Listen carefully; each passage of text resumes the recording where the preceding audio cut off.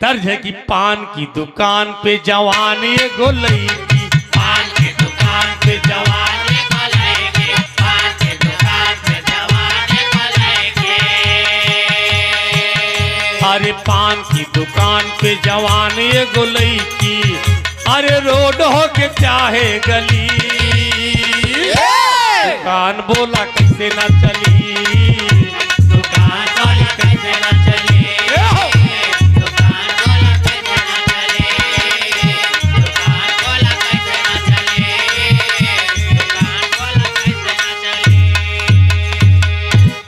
तर्ज है। लेकिन जब वो मेहरारू चली गए तो कवि जी लिखत है कि पंडित एक नारी से लहान लहाई,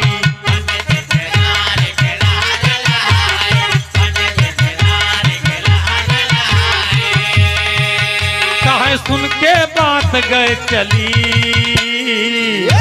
होंगी जी रहे हाथ मली,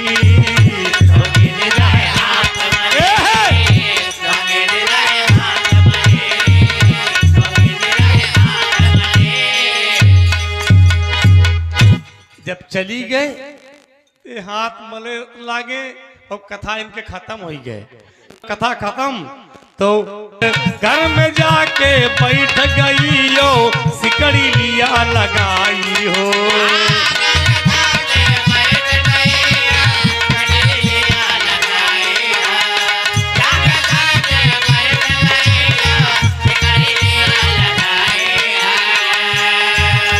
बहुत अफसोस है नारी मनई मना पछताई हो,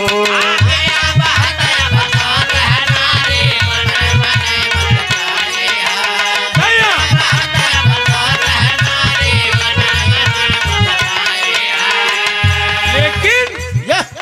तब तक ढोंगी दुआरिया पे आए, तब तक ढोंगी दुआरिया पे आए, तब तक ढोंगी दुआरिया पे आए,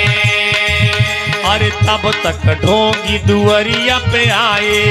कहाँ लेकिन ना बोले लली, कान साली कैसे न चली,